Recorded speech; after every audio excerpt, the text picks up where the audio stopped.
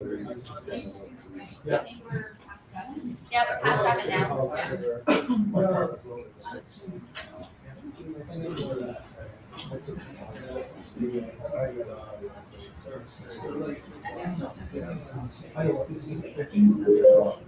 not yet.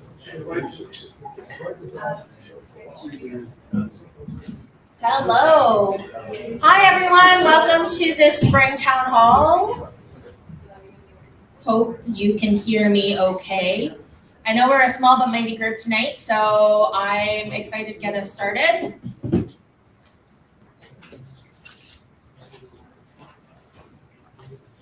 So I'd like to just introduce that we have a nice team available here to support you guys. Pascal is here, Jack is here, and then we actually have the team that's from municipal law enforcement. I'll introduce them later, as well as LRT is here. So we're pretty excited about who we have here.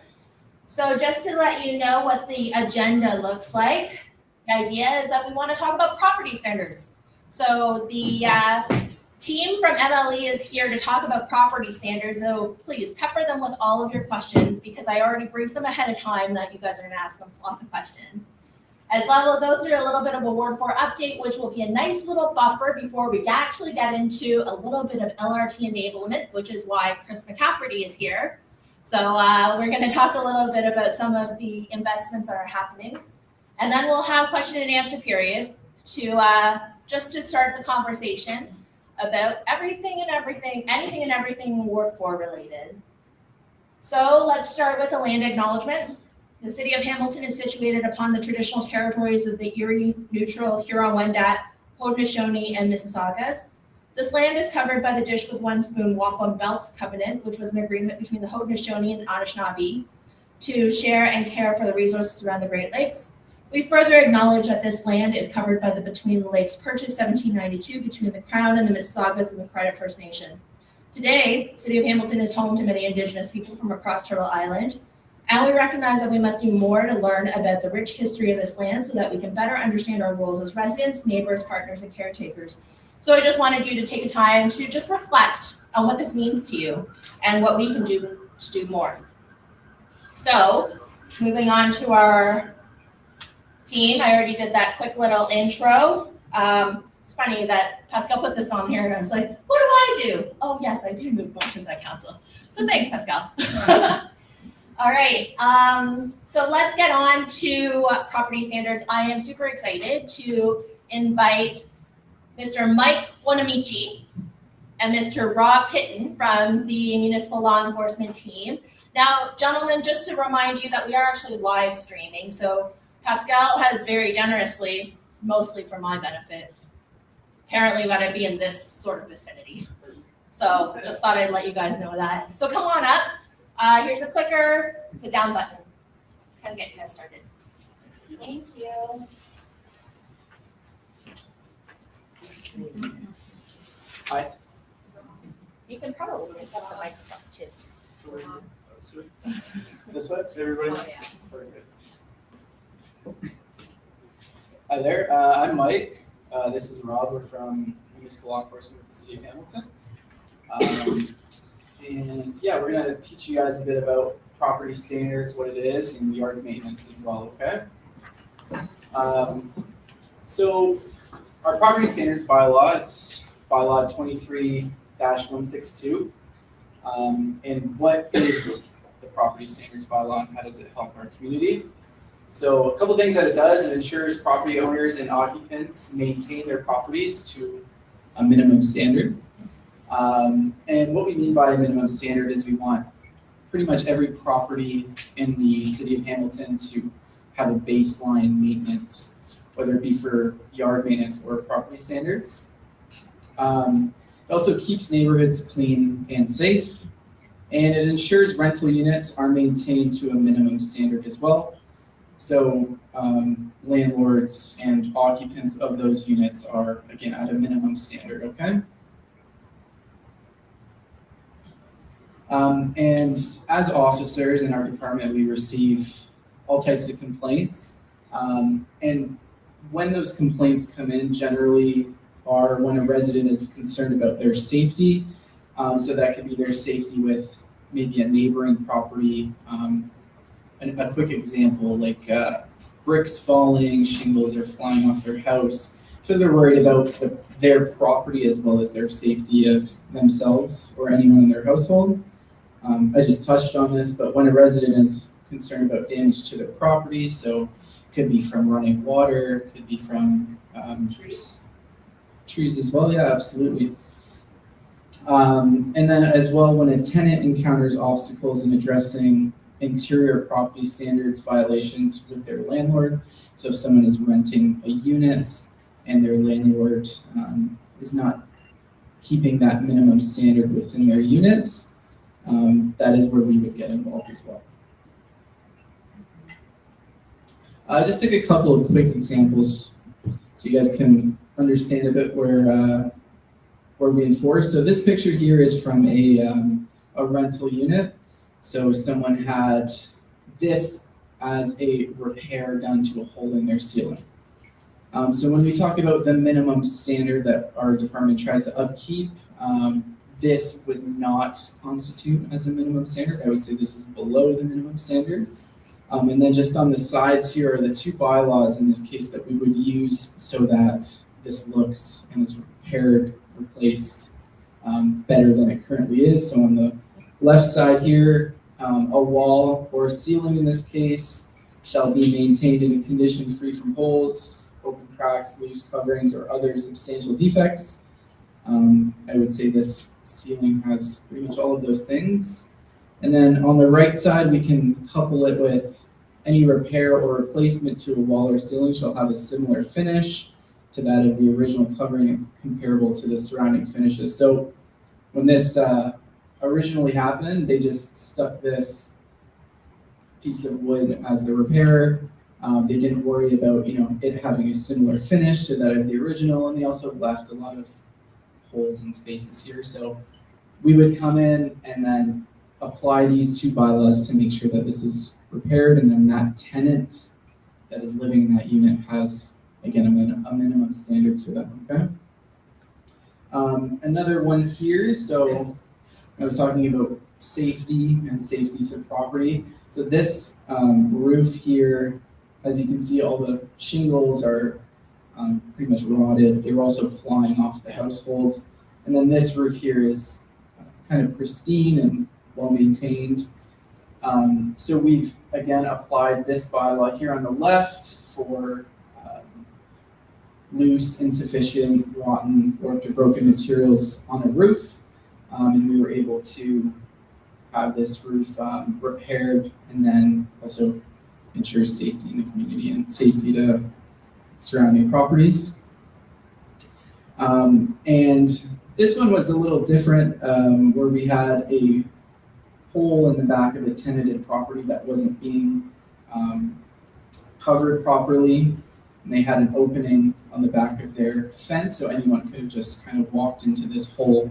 So again, when we look at safety, this is our safety bylaw for 2. Every building shall be kept free of any condition which constitutes a health or safety hazard.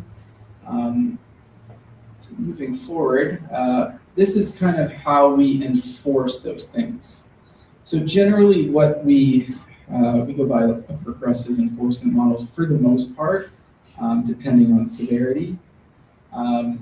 We usually start with a voluntary compliance notice, and this is where an officer like myself or Rob will request correction of the violation through a voluntary approach. So we'll talk to the owner of that property and try to get them to comply with our bylaw voluntarily before we actually enforce anything.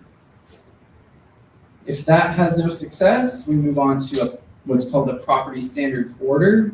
So we'll create an order, and within a minimum mandatory compliance date of 19 days. So if we do create an order for a violation, they will have a minimum of 19 days to comply with the order until we go back and recheck it. And property owners have a 14-day window to appeal that property standards order as well. So with the minimum of 19 days, or could sometimes, depending on what the violation or the amount of work needed, such as that roof, for example. It might take a little more time to hire somebody. It's pretty much officer discretion after the 19 days how much time we would give. And if we have no luck with our property standards order, then the property owner then would be in non-compliance. So if the order is not complied with, the city may correct the violations at the owner's expense. What that means is the city will go in and do the work to correct the bylaw violation on the owner's behalf at their expense. And then a couple things, we will, depending, sometimes charge them these fees for a first offense or a second offense. Then we may also give them what's called an administrative penalty notice, could be a ticket as well. So that's kind of a baseline of what property standards is. And if you guys have any questions at the end of Rob's presentation on yard maintenance, please feel free to ask. And if you have any more questions as well, you can go to hamilton.ca/property standards. Thank you. All right, guys, thanks, Mike. So we'll talk about the yard maintenance bylaw. So what is the yard maintenance bylaw and what does it do? So basically it ensures public safety. We want to keep free from foul odor. Like we've ensured the grass is cut. It helps prevent vermin from getting into our communities, causing nuisances and stuff like that. So overall health and safety issue mainly. So the types of complaints that we get are like waste bins not being stored properly, garbage bags being left out again, vermin can get into it or get release of foul odor to the community. We could have waste bins not being stored properly, so lids flying off and loose litter being strewn and that into the community as well, which could be a nuisance. Then long grass and weeds again, the grass being over 21 centimeters, 8 inches in length. So here would be an example of section 4.1 of the yard maintenance bylaw, which is 10-118. So fail to keep yard porch free and clear of all waste. As you can see, garbage is being kept out in the open, in and around the property, and it's like a lot of complaints from residents in this area about vermin being attracted to the area and whatnot. And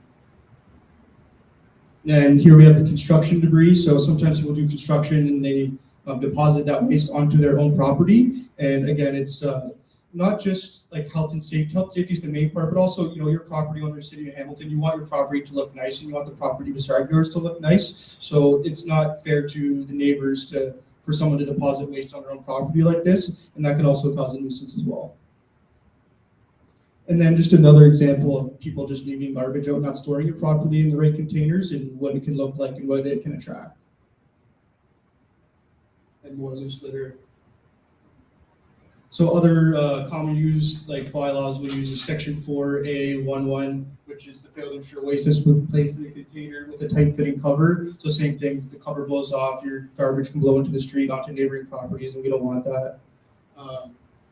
Now this one is a little more technical, like waste is placed in a container located in a rear yard. As an officer, if I go and someone has their containers neatly stacked at the side of the property, I'm not going to tell them to move them, right? It's at my discretion. But it's if someone is keeping their bins, let's say in the front or side of the property, they keep blows over, garbage is now being blown on other people's properties, and it's creating complaints and a nuisance for someone else. That's when an officer may ask someone to move their containers. And yeah, you just want to keep your containers in good condition. And then, of course, summer's coming up, so this is a big one for us in the summers: long grass and weeds, health and safety. Also, the same thing, right? If you want to sit in the property in the city of Hamilton, you want it to look nice, even if you're renting or not. You just want to have that visual aesthetic too, right? And then how we enforce. So we'll start with the yard maintenance order. Typically, it's 3 to 5 business days in order to comply with that order, and it's case by case. Like sometimes we might give an extension if someone's being compliant and it's a big job, and we want to be reasonable with people, right? We don't want to come down hard on anybody. That's not our goal. Is to gain voluntary compliance. So the officer will inspect after the order expires. So that order is good for 1 year, and if it's in non-compliance, then we'll proceed with what we would consider enforcement.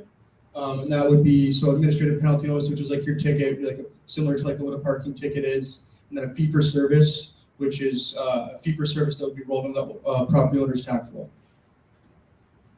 This just goes into a bit more detail of what can happen. So if a subsequent offense happens, if you're issued an order Then 6 months down the road, you have another violation where it's large enough where a complaint comes in, an officer inspects and deems it a subsequent offense. Then, depending on the severity of the situation, the officer does have that discretion to have contractor schedule issue that ticket and put another fee for service in the property owner's tax roll of a lower fee of $194.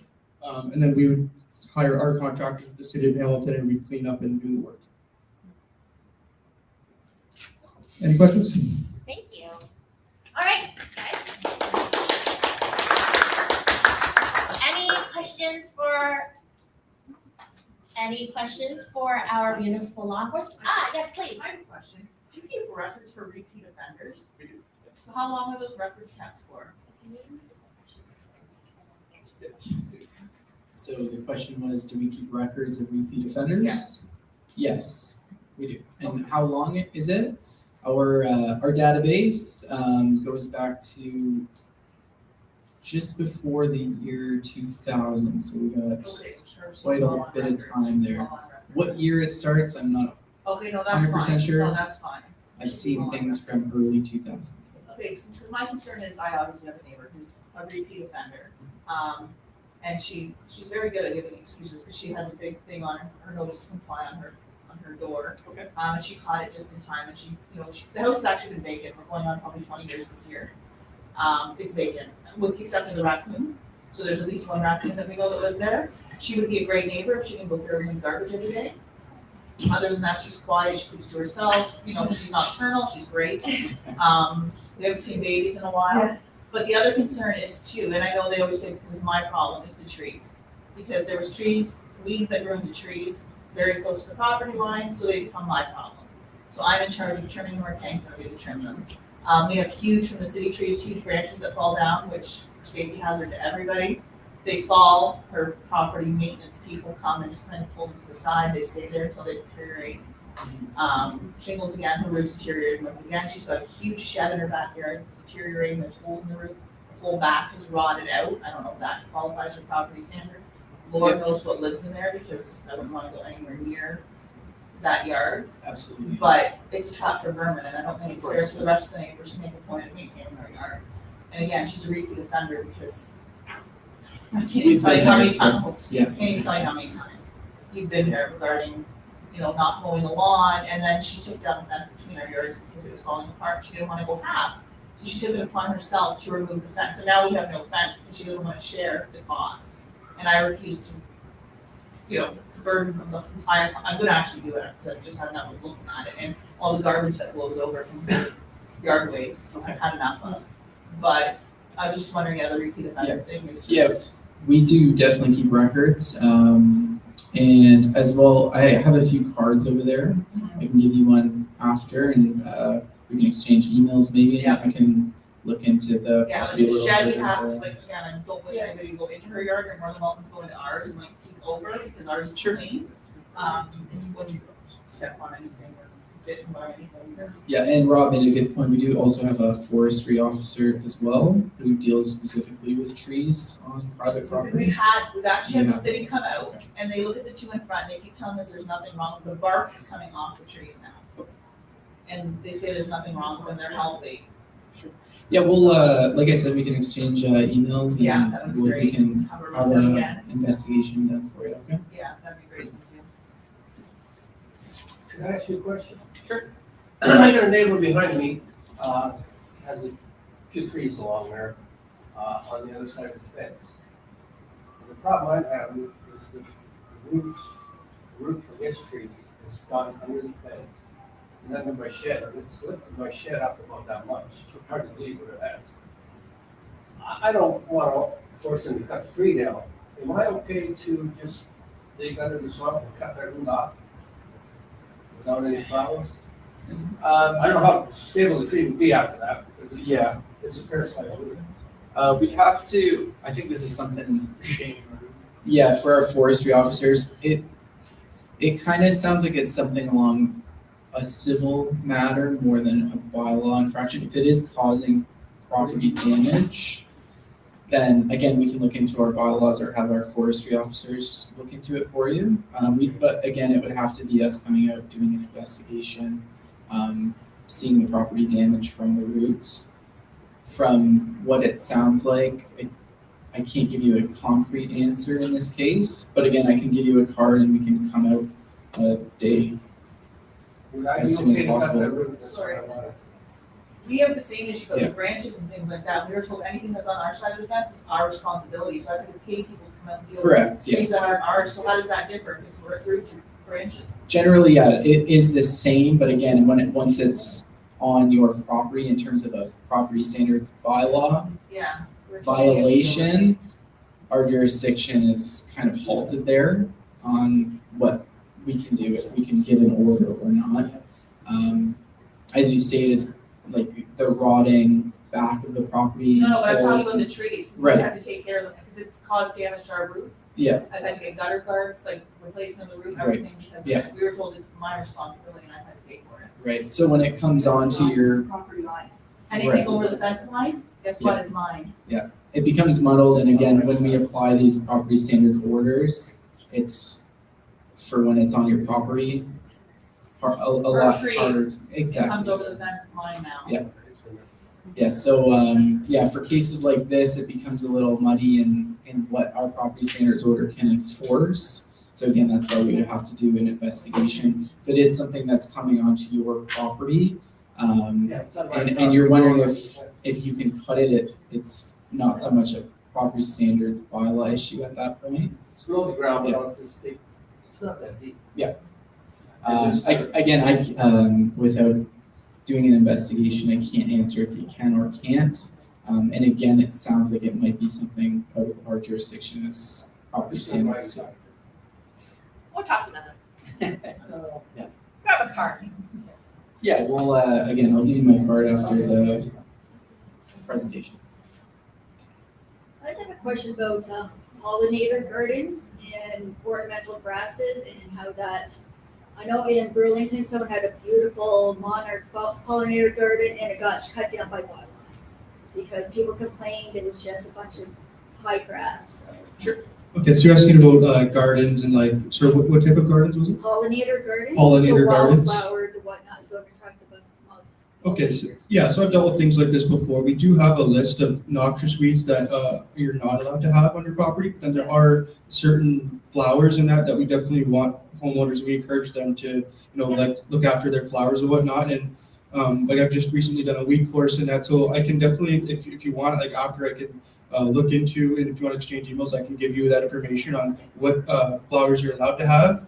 There's like a list like of Ontario like government like noxious weeds that you're not allowed to have on your property. Yeah, I don't want weeds. Exactly. And I think sometimes maybe some people, they're not sure exactly what they're looking at, and without, knowing exactly what you're looking at, they could think it's a weed, but like, you're like, no, it's a flower. So I think it's, it's important that when we do these investigations that we look into that. And I've dealt with cases like this before, and I've definitely had people with their gardens and just left it alone, because if it's not a noxious weed and it's not long grass, then you don't have to cut it. Thank you. So gentlemen, I have a question. Sounds like Mike is much more of that expert around buildings and structure. And Rob, you're more on the yards and gardens. Is that correct? Or like, how do you guys separate all of the different bylaw like areas, I think? So yeah, we all do the same scope of job, but before I became a senior officer, I was a student officer, and we mainly did yard maintenance. So I did that for about a year before I even became a senior officer. So that's why I kind of have a little bit of expertise in that, where Mike's been a senior officer longer and probably knows more about the property standards extent and has done more of those types of inspections. We are the same title, we do the same job now, but I think in our experience, we've done some different things. Yeah, I can add to it as well. Can I just, I'm just gonna go back a couple slides here. So in terms of what we do, Rob just kind of touched on it, but we do, I'm sure you guys have seen encampments, property standards, what we just talked about. We do zoning, yard maintenance, vital services, so people not having heat, water, electricity. We do noise enforcement. We do party nuisance, streets bylaw, and snow enforcement. Let's ask about that party nuisance one. Okay. Bonamici. What happens when we have parties or very loud neighbors? Because we do know that you really can't call the police anymore because that is not within their jurisdiction. So what happens with party nuisance? Inquiring minds want to know. Sure. So is there an ongoing or active party? Is that what you're talking about? Or active loud noise? Consistent Sure. loud noise, and then sometimes let's two separate occasions. Okay, wait, hold on. I feel like these are very low for us. We're very tall people, it feels like. Is that better? And then that way you can pull it towards me. Okay, so in terms of noise enforcement, I'll touch on a few things. So with noise enforcement, every officer, myself, Rob, as well as the whole department, we deal with noise complaints on an ongoing daily basis. So if someone were to make a complaint to us, we would start our investigation. And then depending on the nature of the complaint, the time of day, what the complaint might be. So if it's loud music, if it's living noise, like somebody stomping on the unit above them, a loud TV that's on, a radio that's on all day. Sometimes people are revving their cars at 6 a.m. We kind of deal with all of that in a broad scope. And in terms of how we do our investigation, generally we want to collect evidence of the violation happening. So if it's loud music, it's happening at 2 p.m. Monday to Friday, then I know that's hard to come by, but if it is happening, then we'll come out, investigate it at the time that it's happening. And from there, if we do see that there is a violation of our noise bylaw, then we will do one of a few options that the officer has. So we can educate the person if it's their first violation. If it's something that's an ongoing basis, a subsequent offense, we can ticket them. And then moving forward again, if they don't comply with our noise bylaw, we can take more significant measures at that point. The City of Hamilton bylaw team also works on Fridays and Saturdays. We have 2 officers on from 5 p.m. to 1 a.m. on Friday and Saturday. So if you have, let's say, a party happening on a Friday night and it's between 5 and 1, you can call our city number, which is 905-546-CITY. And the customer service rep that you get or dispatcher will take your information down, take the complaint address down, and they will dispatch us out within generally 5 to 10 minutes, and we can come out actively pretty much on the spot that night on Fridays and Saturdays, and we have that pretty much every single weekend throughout the year.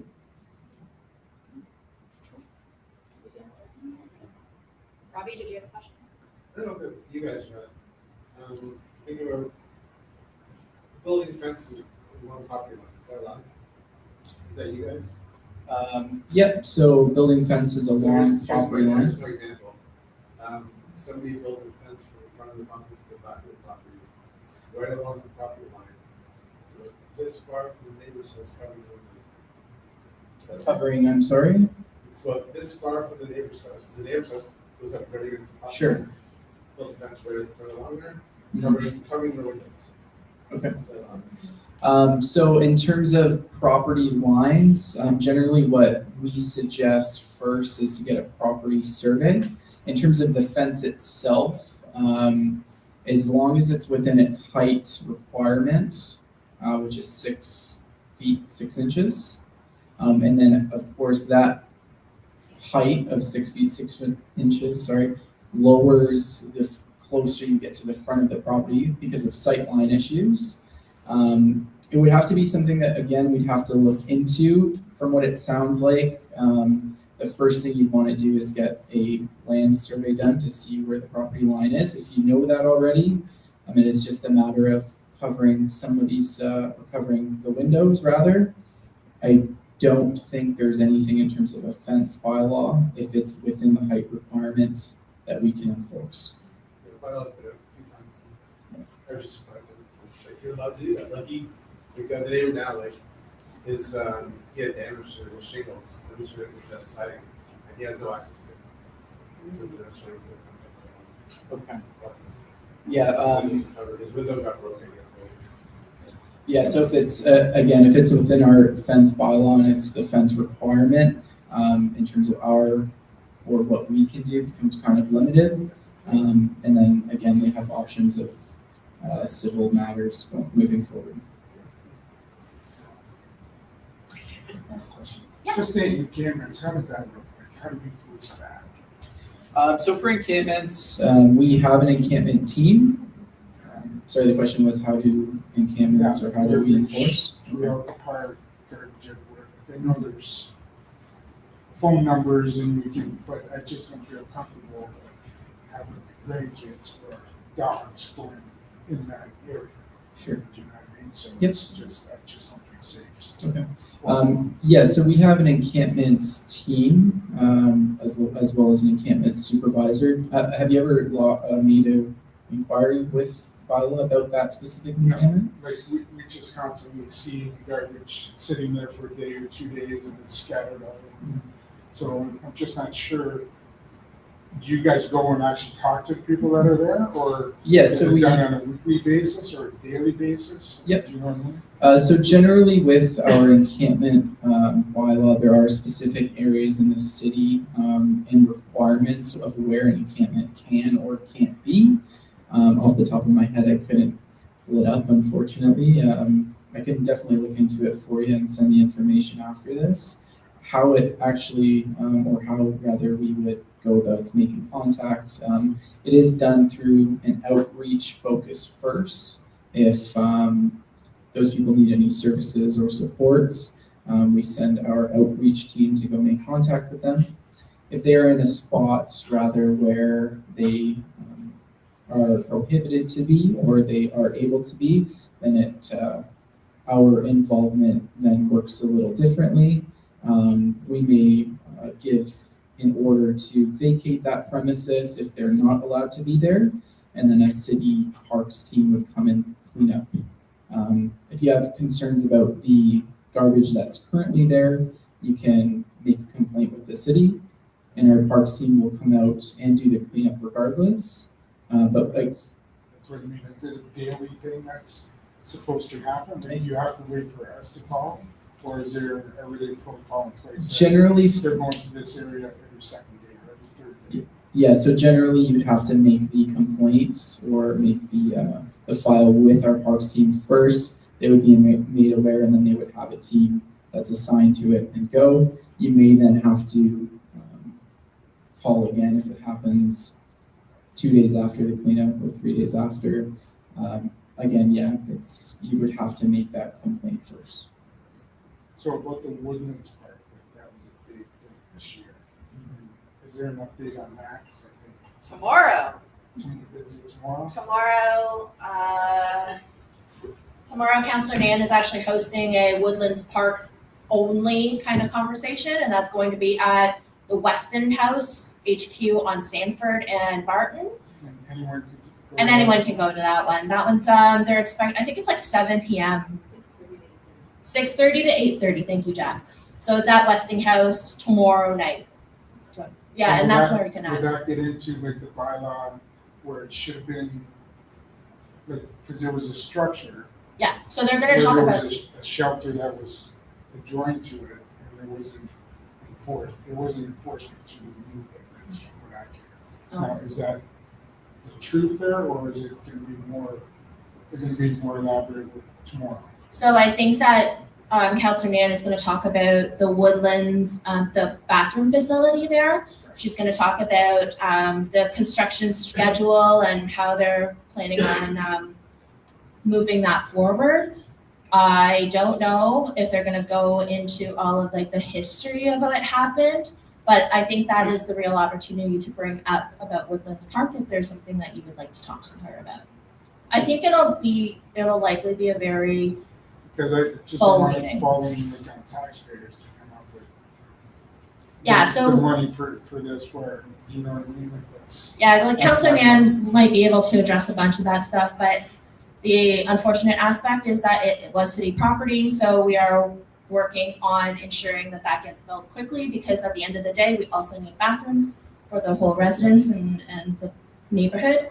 So I think that she's going to definitely be addressing those sort of things, but it will be a big meeting. So just if you do want to get there, might want to get there a little early just so that you can grab a seat. It might be a little bit contentious as well. So just kind of, Where exactly is it? it's going to be at Westinghouse HQ, which is on Sanford and Barton. It's like kind of tucked in behind on Barton. So it's very close to the park area too. Okay. So is that any other questions for the MLE team? Awesome. Thank you guys so much. Mr. Pitton, I want to make sure they are going to kind of hang around outside if you want to go and chat with them really quickly. So in terms of our update, because we have Chris McCafferty here from the LRT office. So we'll go through it quickly on, thank you, Pascal, for putting this forward, just so that everybody knows in terms of the grass cutting schedule. As you can see, urban boulevards are every 2 weeks in the mowing cycle. Hard surface islands are 5 mowing cycles, so every 2 weeks for 5 times. And then steep slopes are 3 mowing cycles. So as you can see, it's going to be every other week for 3 times. And plus, let us know if you see any surfaces that need to be cut. Quickly, some upcoming projects. We have Barton Street that's getting done. The last part of it is actually getting done. So it's already been kind of constructed, but they're going in a little bit to finish up some of that work. It's going to be completed around July, and it's weather permitting. So it's the last bit of the installation of the water main. And so there's also going to be several road construction and paving of this area. So this is one of those areas where the businesses along Barton Street would love to have your patronage. So even though that there's construction, please go and see those businesses because we would love to see them continue to thrive. Fairfield is going to start mid-May, and this is Britannia Avenue to Barton Street. This is also a restoration of driveways, private walkways. There's going to be some catch basin adjustments, and it will not occur until midsummer and be completed by the end of August 2024. Last bit, other infrastructure. So the Kenilworth Reservoir, you won't see this, but guess what? It's going to be good for our water. So that's one of the things that's happening. Actually, also Ward 6, so just up the mountain from us, they're also doing a bunch of their work around the Kenilworth access. So I'm trying to work with Councillor Tom Jackson to make sure that the Kenilworth access gets repaved. I don't know if it will, but I'm trying, because at this point, when you leave it, it's kind of funny. When we go through these sort of capital projects, Councillor Tom Jackson does half of Kenilworth access, and then I was like, but why don't you finish the rest of it? So it goes all the way down. So sometimes we just ask the question, because otherwise our side, the Ward 4 side, is actually going to get done until 2026. So it's kind of funny that there's going to be 2 years lag. So that's why I was like, if you're going to do it now. But anyway, that's a whole other topic of conversation that ended up being a little bit weird. Anyway, Queenston Road, there will be a bunch of work, but this is where I do want to bring forward Chris McCafferty. So please, everybody welcome Chris from the LRT office. Chris is going to talk to us about some of the work that's happening literally right outside here. So thanks, Chris. So microphone down button. Thanks, Chris. So this is these are advanced projects for, Okay, talk to the microphone, I'm hard of hearing. these are actually advanced projects for the LRT, so So in advance of the major construction, Metrolinx is getting asset owners. So it could be Gaspell Hydro, it could be the city. We're trying to remove things that are either complex, time consuming to reconstruct, or it's easier for them to get them out. So a quick example, I'll come back to it, is right now there's a 4-foot water main on Queenston that goes to Delina and then down to the plant. There's no room with it. We're trying to put tracks and all the other utility gets shifted. Main Street's a 4-lane corridor, it's super wide, so we're gonna bring it to there. And then at the same time, the city's chipping in and redoing road portions that aren't already covered by the metro portion. So if you're driving through today, Sherman and Maine, we're doing a 300 water main on Sherman. We're doing a 500 water main on Wentworth. Again, that's for the city because there's a 500 water main from Maine to Ottawa that goes downtown. Closer. Goes Yes. Okay. up. No. I know everybody's getting taller in this. This way. I will take you this way. Okay. Yeah, top right up here. So Sherman and Wentworth combined to replace a single water main that's on the corridor. Nash and Queenston, we were doing works on large valve chambers, which are just like your faucets. So they're very expensive. It made sense for Metrolinx at that time to do the piece of water main that crosses their tracks in the future. So they then contributed to what was originally our project. Main Street East in Ottawa. If you're familiar with Pipeline Park, that comes right from the water treatment plant, goes right to the Ottawa main. That's actually there because there's 2 trunk water mains running through there. Main and Ottawa is probably our most complicated water main intersection in the city. It's one of Bell's most complex intersections because there's switching centers at London and everything sweeps through there. So we've got 3 layers of water main, they have 2 layers of Bell. We're gonna get that all fixed before LRT comes in, that'll be done. So then when they come in, they'll just move some minor utilities. So the one that's adjacent to us is the Main Street in Rosewood. So as I said, what we're trying to do is take a water main off of Queenston, put it onto Main. You've got a 4-lane road it's a legacy from a different traffic pattern when we used to cross the highways. The Red Hill and such was different. So we're gonna come back and put something that's gone through a safe and balanced roadway considerations.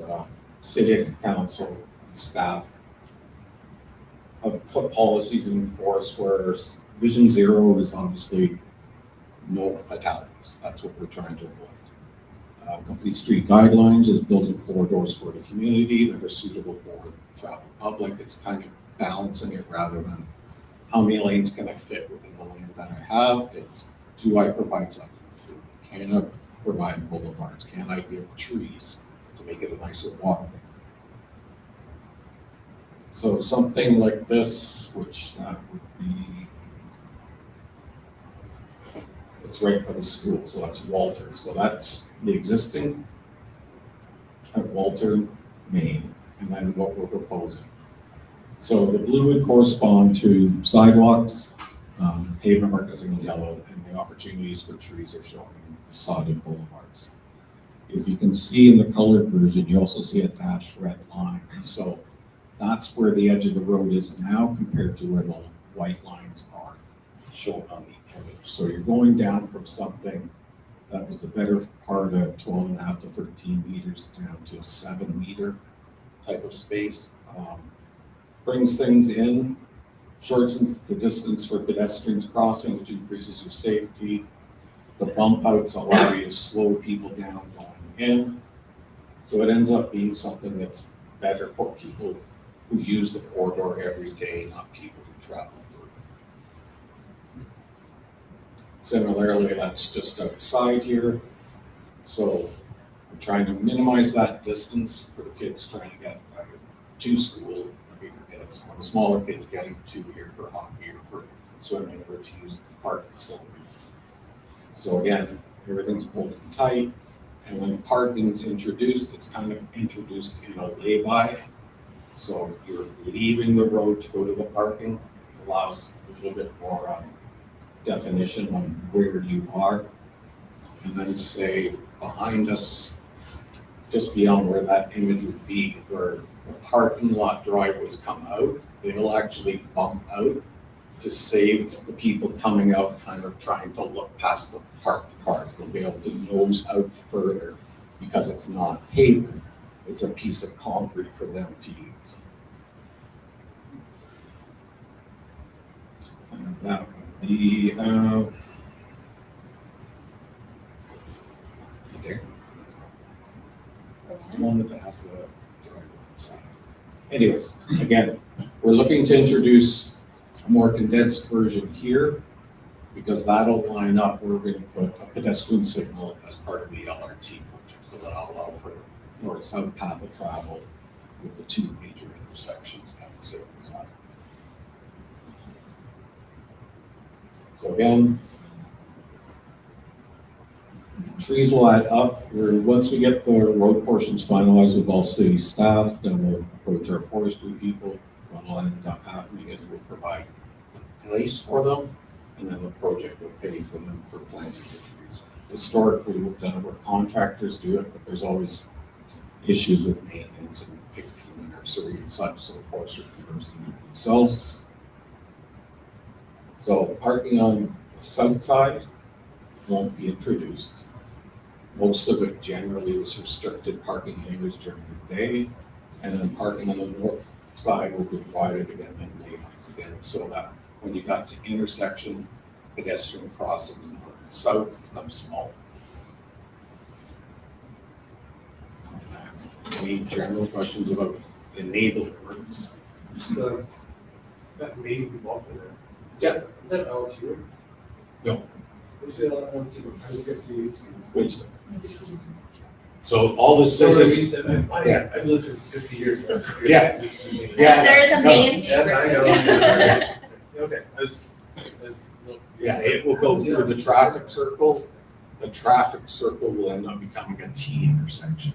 So Strathern will intersect with Queenston as the LRT. So all these big projects, like on Queenston, now we have to divert and put it on Main Street. Was that like in the initial plan? Like under the umbrella of the 3.4 billion? That was actually in the original, prior to the pause. Sorry. Could you repeat the question, because I didn't hear the question myself? I'm just asking, like, these big projects that are happening now, and we have to do, you know, Water mains the getting water main has to removed. get moved to Main Street. Was that talked about? And also incorporated the cost of the 3.4 billion, where it's not gonna cost taxpayers that move. It'll cost Ontario taxpayers, but not civic taxpayers. Because Metro is, okay. So I'll say of all those projects, the only one that's new is Maine and Ottawa. All of them were previously identified. The movement of the water main Yeah. is on Metrolinx's name. They're funding that. They're funding anything, the restoration of when they break, and they're also funding anything that has to be moved to get out of the way. So then we had a road where we can patch it, or the city can ante up and pay for the rest. And then it became a full reconstruction for the entire, because it made sense to take both those funding sources and blend them together and then have a completed project. Because it's just, you know, hearing and following, it's like, this is good for the infrastructure of the city. Yep. So much money is gonna be put towards this, but then now it's like, well, now we're gonna kick in some more as well. Do you know what I mean? No, So how well, many- yeah, I know what you mean, but the city's not funding any capital component of LRT. These are voluntary. So Sherman Avenue, we're putting in Metrolinx is funding a water main going in. Yeah. So curb sidewalk and a lane of roads getting ripped up to put that water main in. But then the city's got 3 other lanes that they're gonna have to come in the next 5 to 10 years to resurface.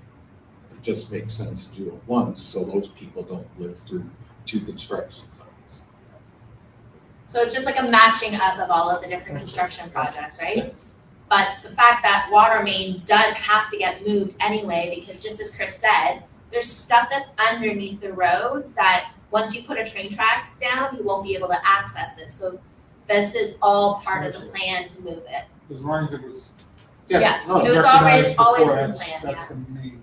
Yeah, and I'm city staff. Yeah. And I was city staff in the last iteration. So it was, well, it's probably my proposal back then. Why are we putting back 4 lanes of asphalt on a road that doesn't need it? Why are we trying to get the trees and grass in? Thanks, Chris. I just had one other question. Sure. The Kenilworth underpass. Oh, I just noticed this last week, so I don't know if anyone else seen it, but there was a sign saying water on road. oh, Does anyone know about this or Sorry, what was has seen it? Like, Water the on water. There was an issue with water under that train tracks. Sam Morella said, oh, we've done this big infrastructure. We did, yeah. Why are we having a problem 3 years later? Isn't that always an issue at Kenilworth? It always was. It was- And It then was always, yeah. Yeah, and it was said we that. built the they- sewer from the underpass to Burlington Street. But you're always gonna get a storm bigger than what you designed for, Yeah, unfortunately. we haven't had one of those, and it's just. And that's what I don't know, so maybe a catch basin was plugged or something along those lines. well, there's Like, I also just wasn't- a I sign. just yeah. find it weird that they put a sign there like instantly, you know what I mean? Like that's. Yeah, I Unless, can remember, because I lived on Campbell for 19 yeah, years. and it's like Where it Morello was like was, 6 feet deep. this was his You big could just see project. it. when he was happening. Sorry? Projects get stuck and float. Oh, yeah.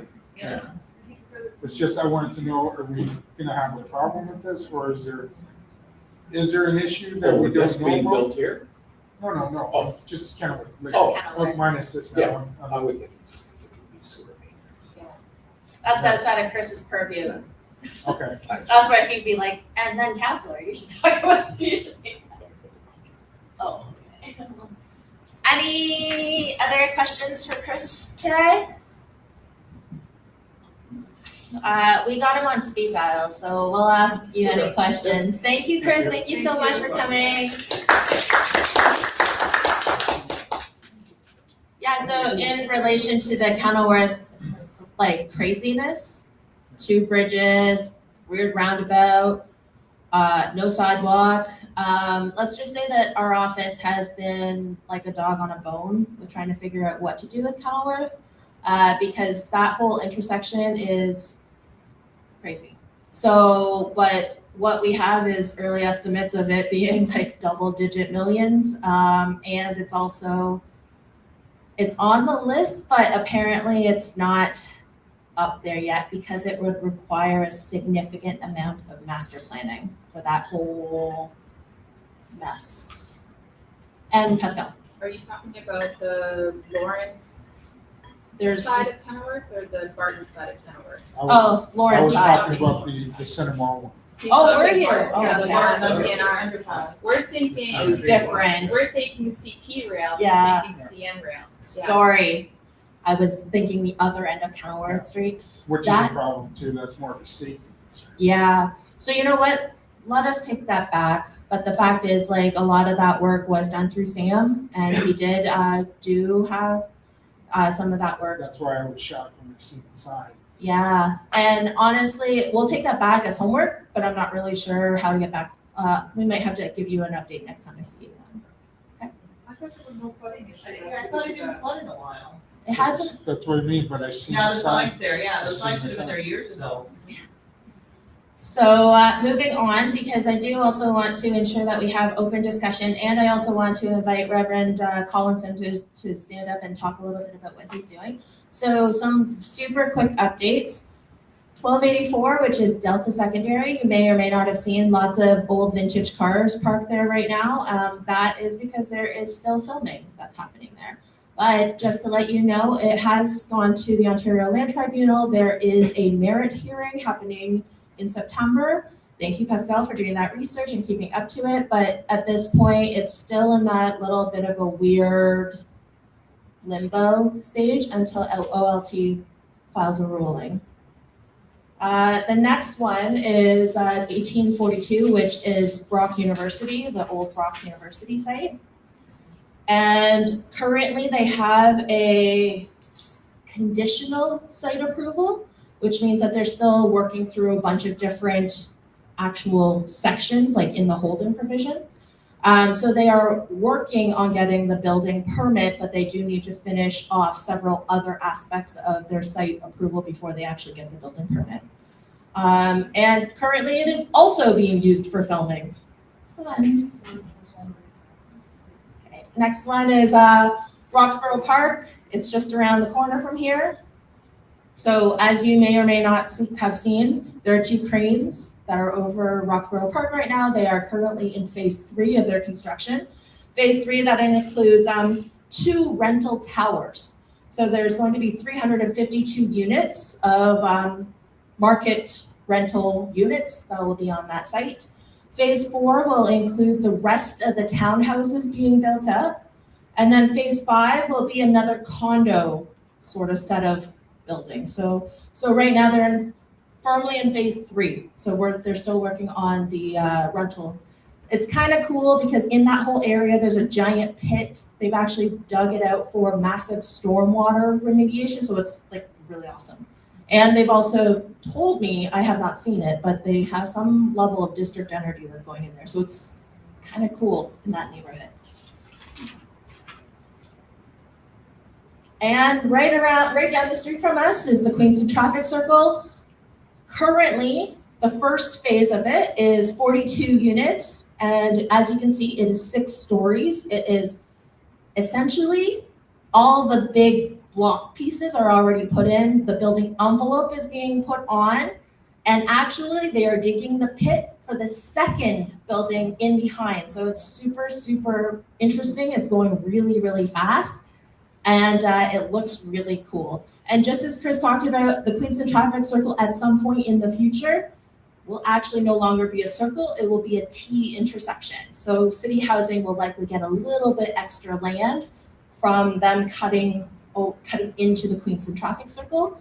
So it's pretty exciting and it looks really awesome. It's built to passive house standard, so likely it's gonna be like really energy efficient in those 2 buildings. It's pretty exciting. Last one, 851 Lawrence. This is the Valerie Homes building. Currently, they did go through zoning changes, and it's supposed to be a 16-story rental units. So it's going to be backed right onto, it'll front onto Lawrence Avenue. Pascal shook her head. No? It was originally gonna be 16 stories, but now they've dropped it to 13. Oh, so it used to be 16, it's now 13. And it backs onto, it's the front side of it will back onto Lawrence Avenue. Is this space going on the other apartments now? That one, yeah, that's where the parking lot is right now? Yeah. This is what was. Yes, yes. Okay. And then we have several commercial developments. So down on Strathbarton Mall area, where just down the street from here. Oops, the first one is Center on Barton. Oh, okay. Sorry, Center on Barton is actually looking at, when you guys go to Center Mall, you might be able to see that there are certain large green lots. Those will be new drive-throughs. I think at this point, we were talking about it being a Taco Bell and some sort of burgers with a king. Burger King. Burger King again. Well, That was way back in the day. yeah, maybe it's getting back to its roots.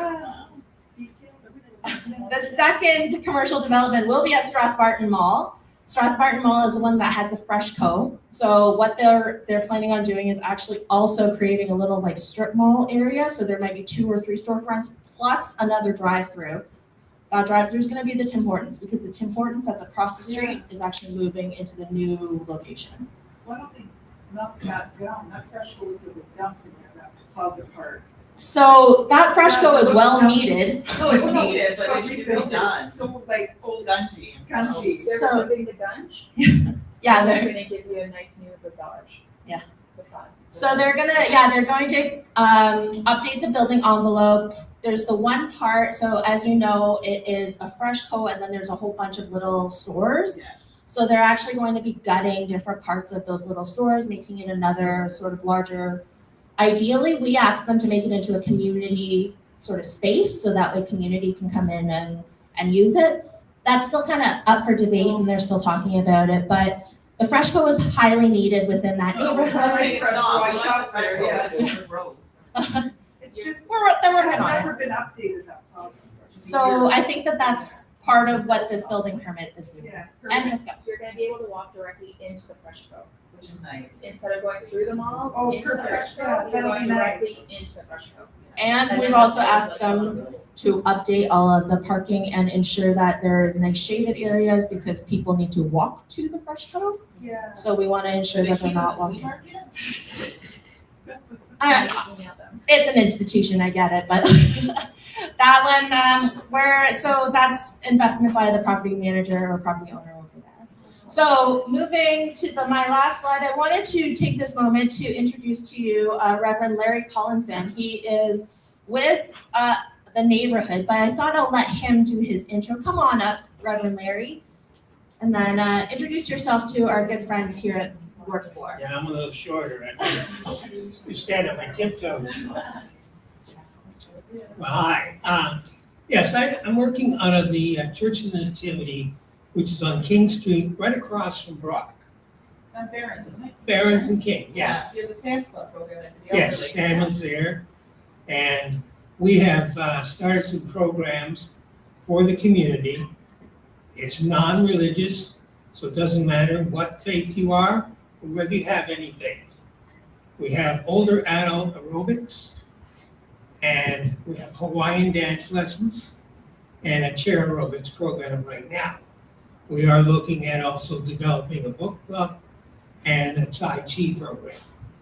Now, the whole idea of this is we want to talk to you as community members as to what do you see is needed in the way of recreational programs or services. And then working with you, we can maybe develop it. See if it's feasible, find financing if needed, and then we'll work along to make it into a reality.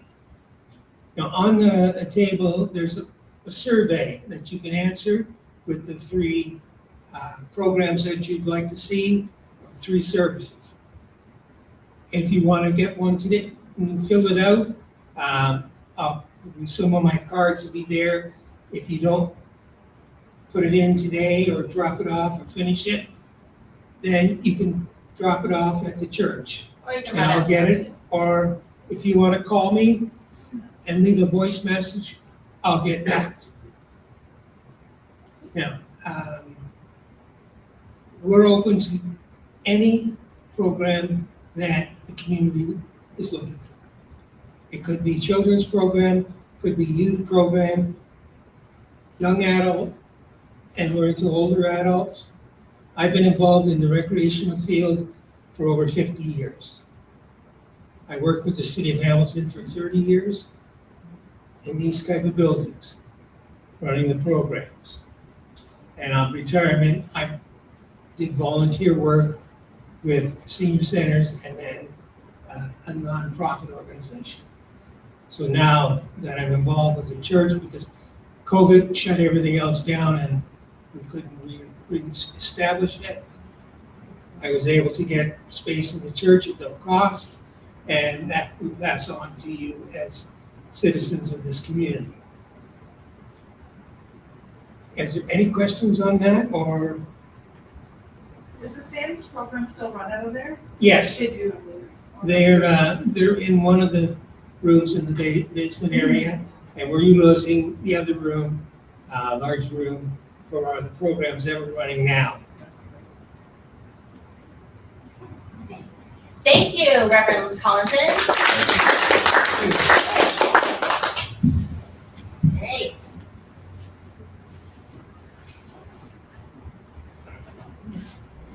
Oh, okay. So some happy news too. Thank you, Reverend, for sharing, because I think that there's a lot of opportunity for us to do more work in the community. But some fun things. Rosedale Hockey, minor league hockey, celebrated their 50th anniversary. 50 years. What? Yeah. What? Papa Guy used to be a coach there, right? Yeah, but it's empty today. Oh, well, you know what? Because the fun's here, that's why. And actually, one of our local businesses, Your Hair Salon, also suffered. Yeah, celebrated her 20th anniversary. It's amazing. Yeah, Lindsay. Yeah. And then the fact is, I'm a small business advocate. I really like talking about small businesses. So if you guys have a small business that you think we should be talking about, let's talk about them and let's raise them up and let's see what else we can do. And in terms of what's coming up, so Pascal put it on the screen earlier that I apparently passed motions. So what we're putting forward from the Ward 4 office is we are trying to enable several things. We want to ensure that it is baked into the LRT procurement, employment benefits, so social procurement, ensuring that we're buying local, ensuring that any of the businesses that are getting business are local businesses. So hence the reason why we're putting an actual motion to formalize that particular thought process. Also during LRT is that we want to ensure that small businesses have supports. So this is yet another thing where we're trying to ensure that we're building in what does incentive programs look like? What do grants look like? How are we actually creating communications and action plans to support small businesses during LRT construction? We are talking to the North End, and McQuestion Urban Farms has found that they had a bit of a funding shortfall. So we wanted to make sure that we are still enabling the urban farm, because in that neighborhood, it is well used, well loved. And the fact is we always need fresh fruits and vegetables at our dinner tables. And then the last bit is ensuring that as we have municipal facilities, that we are also ensuring that we have Indigenous images that are appropriate, relevant, and well, I want to say like loved. The idea is that we want to be able to hold up the Indigenous community. So those are 4 motions that are coming forward in the next month. So yay. Last bit is we have some amazing events. If you are gardeners, and I think some of you are, because we heard some really amazing questions, we have compost giveaway, because as you know, your green bins all make compost and there is a lot of it. So please come and take the compost. We also have So Hungry, and that's happening on May 11th along Ottawa Street. We are doing a East End bike ride from Montgomery Park. And I didn't die the last time I did it. So, and also I wanted to also say that bike share is now expanding into Ward 4. So it's actually moving into Kenilworth, Parkdale area. So we're super excited about that. I don't have notes, Pascal, but there was hubs. The planned hubs are going to be at King Street East and Graham Avenue South. Planned hubs will be at King Street and Graham. Central Avenue and Wexford Avenue South at AM Cunningham Elementary School. So it'll be at AM Cunningham and Central and Wexford. Main Street East and London Avenue North at the start of the Pipeline Trail near the Dairy Queen. So Main and London North at the start of the Pipeline Trail around the Dairy Queen. And Roxborough Avenue and Huxley Avenue North at the AM Cunningham Parkette, not to be confused with the school, the Parkette. It'll be at Roxborough and Huxley at the AM Cunningham Parkette, not the school, the Parkette. And then the last one's going to be at Ellis Avenue near Barton Street East at the RT Steel Park, which is beside the BGC Hamilton Halton. Yes. The former Boys and Girls Club. Yeah. So it'll be at Robin and Ellis at the Boys and Girls Club area. So super exciting. There's going to be a lot of bike hubs. So when that launches on May the 16th, come join us. Come join us. We're going to have a lot of fun. There might be coffee and cookies. Can't be sure. There will be, apparently. Okay. Open streets. So open streets is like literally we shut down the street to traffic. It's a pretty fun day. So come on out for that. And then there are some industrial meetings. So I am happy to see several members from some of these community liaison groups that are here. Arcelor Middle is hosting their next one on July the 23rd. Rain Carbon is on May 29th. I do want to take this time to ask if you have any questions and things that you might want to talk about. So just wanted to, Mr. Robbie Paris. I'm curious what you see, what council's doing to get people that are in tents right now. So what is council doing for people that are in tents and getting them out of tents? For example, look, I saw Maureen Wilson saying that she was voting in favor of stronger mayor powers to make a certain plan happen, in part because she was speaking for people that are seeking this. What I'm saying is, even if that goes through, the number of people that are sleeping in tents tonight that would be helped by that project might be zero, right? So, Yeah. other than things. So thanks, Robbie, for that additional information. I don't want to repeat all of that, but I think the crux of your question is still, what is council doing on getting people out of tents and into affordable housing? So, I mean, getting people out of tents, period. Okay. So I think the short answer is the solution to homelessness is housing. Full stop, right? A long answer is that there are a variety of different things that we're trying to move forward when we are all still constrained with money. Money never solves this issue, right? We can't throw money at this problem because a lot of the challenges are affordable housing, which is I can't throw money at affordable housing, right? So council is being very deliberate about how we're using your taxpayer dollars, because we know that it is not an infinite well of money, and money doesn't grow on trees. So we're trying to be deliberate about how we advance different aspects of this. One of which is, how do we enable affordable housing to move it faster? How do we match provincial and federal funds in order to accelerate nonprofit developments? Because if we think about it from a spectrum, those that are on the wait list, if we can get them off the wait list into affordable housing, we can put more people onto the wait list and move them down. Second is we are actively investing in a lot of the supports, mental health, opioid addiction, in order to help those that are living encamped, at least get them to a point where they are feeling healthy, because then they can also help themselves. That is also a provincial responsibility as well. That is not actually supposed to be on City of Hamilton taxpayers. So we're trying really hard to balance what does that look like. So there is that investment in public health as well. And that is also from the encampment protocol, where we have the outreach workers. That's what you heard from the MLE guys. So we send the outreach workers out first, do those assessments, and we also need to know where they are, because those living encamped are also highly mobile, and they also find themselves in very dangerous situations. So many times we're still trying to make sure that Bob, who's in the encampment, we know where he is and how we can help him. So that is part of that public health sort of investment. And then the last bit is shoring up what the encampment protocol looks like and trying to be much more efficient with how we're actually going through the process. How do we identify them? How do we get them into services? And then if they are not in compliance, like if they're living in an encampment that's not in compliance, we're ensuring that we're trying to move them to a compliant site while we're also doing those things.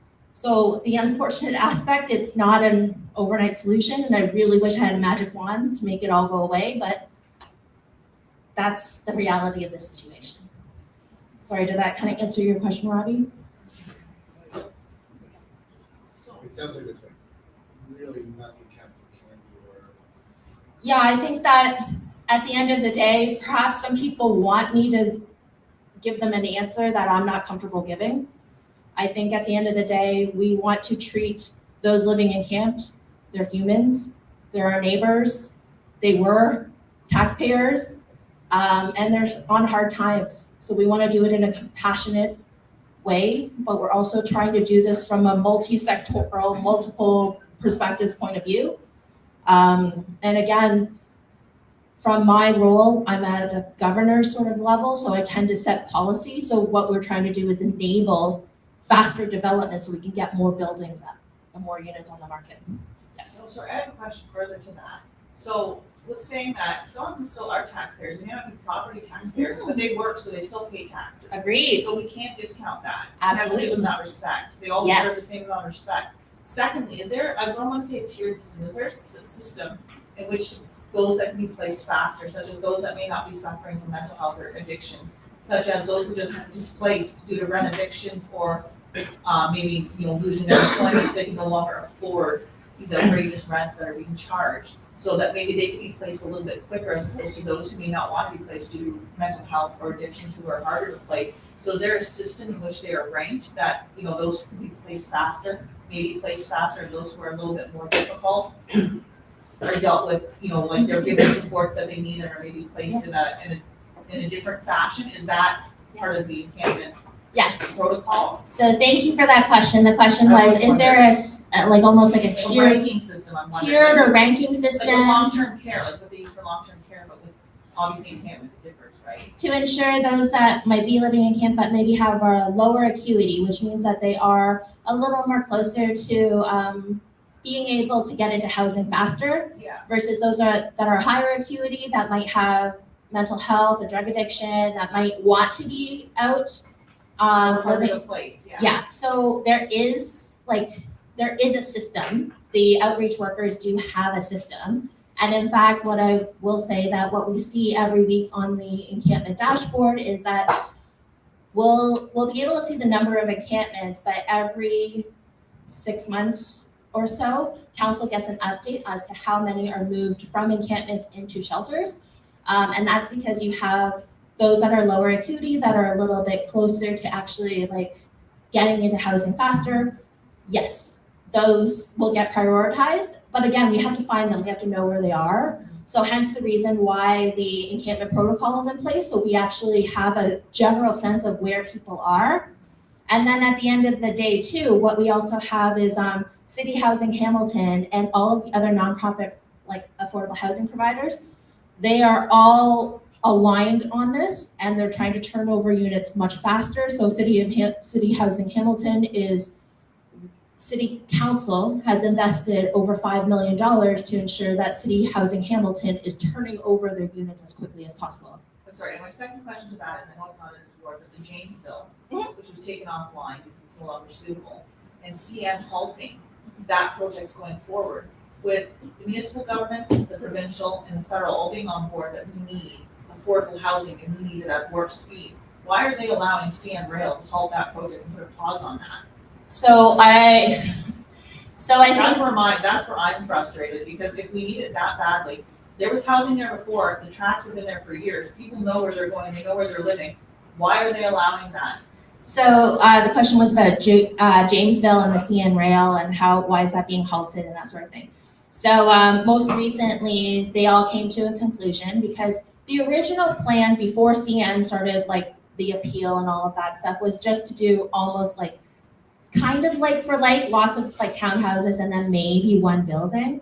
But recently they all came back together and there is a beautiful new master plan where there will still be some townhomes, but there will be one large building for City Housing Hamilton, one large building for Indwell. So that master plan, everybody agreed to. So hence the reason why we're actually moving that forward. CN is still the one that needs to sign off on that master plan, but all the other parties have signed off on this master plan because the old Jamesville plan was just almost like for like. So now we're getting exactly. more. This is gonna allow for greater density, which Yep. I understand, but I don't understand why CN is being allowed to delay the project to this degree.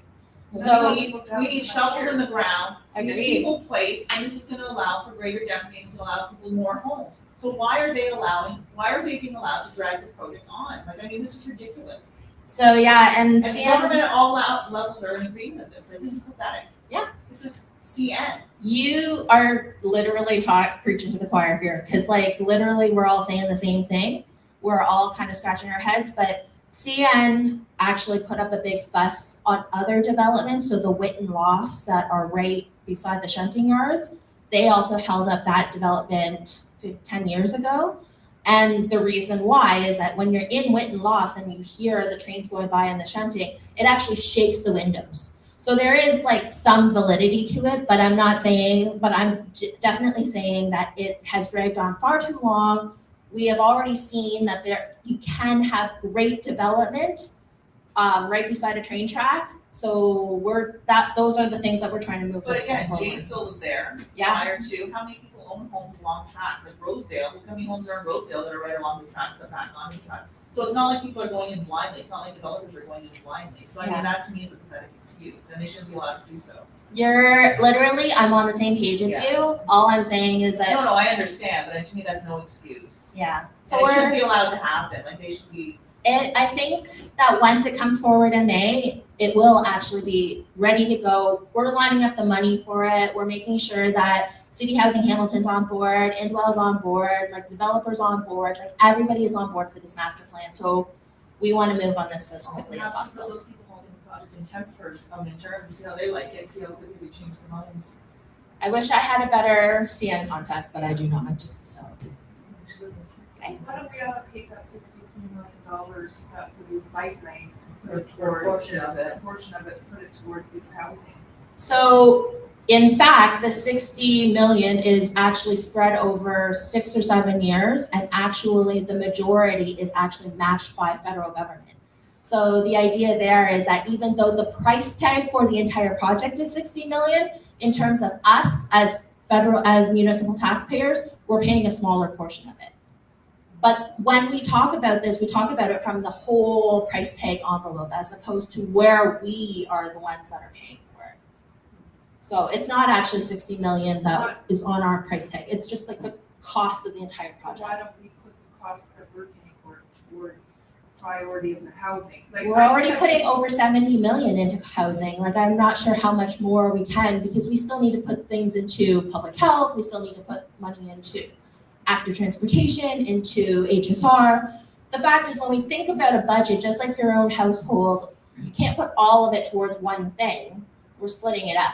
So we put 70 million into affordable housing already.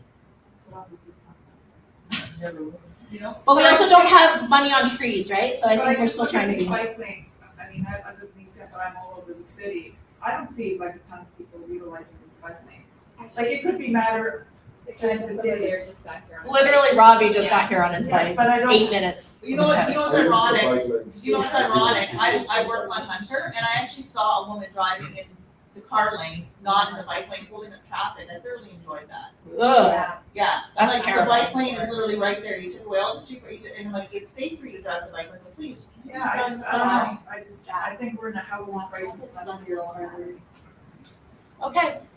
I'm just also mindful of time. We are now at 8:36. I want to say thank you for you guys coming out. So thank you again. In terms of our next one, we want to have a pool party here because it was fun the last time. Last time we're planning on doing it in July, and we want to host it right outside on this little lawn here because it's right next to the pool that's over here. So come on back, let us know. But we're planning on doing another pool party / informal get together. We'll let you guys know when that's happening. It'll likely be middle of July-ish. And but then our next formal town hall will be in September. So thank you again. Thank you so much for being here. If there's any other questions, we're here until 9. So just, yes. Stay, have fun, eat cookies. Thank you. Thank you.